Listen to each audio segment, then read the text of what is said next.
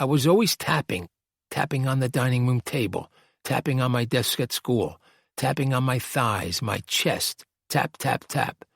There were always rhythms playing in my head, and I drove everyone crazy with them, my teachers, my classmates, and, especially, my parents.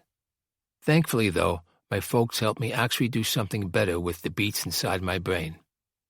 Like I said, outside of my mom singing along in church and my dad spinning Herb Alpert on the hi-fi, they weren't really musical people. But even though they weren't, one thing they really wanted was for each of their kids to learn to play a musical instrument. I guess maybe they wished they learned to play themselves, and they figured it would keep us out of trouble. Maybe they also figured they'd never have to pay a band to play at any of the big parties they loved to throw. So for Lenny it was the saxophone, for Marlene it was the piano, clarinet for Christine, flute for Kathleen, and for me, when I turned 8, the drums. Or drum, I should say. Like any drummer would tell you, you start out with just a snare drum. The snare is the core of everything.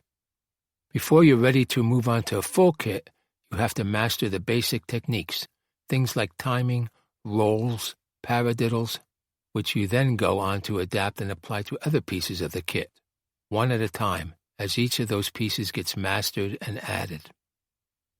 My first snare was a red Sparkle Camco, which I set up on a stand in our basement. My folks found a drum teacher in the phone book who lived in town, Mr. Hendrickson. I never knew his first name, who'd come to the house to give lessons. He was a nice, quiet, serious guy.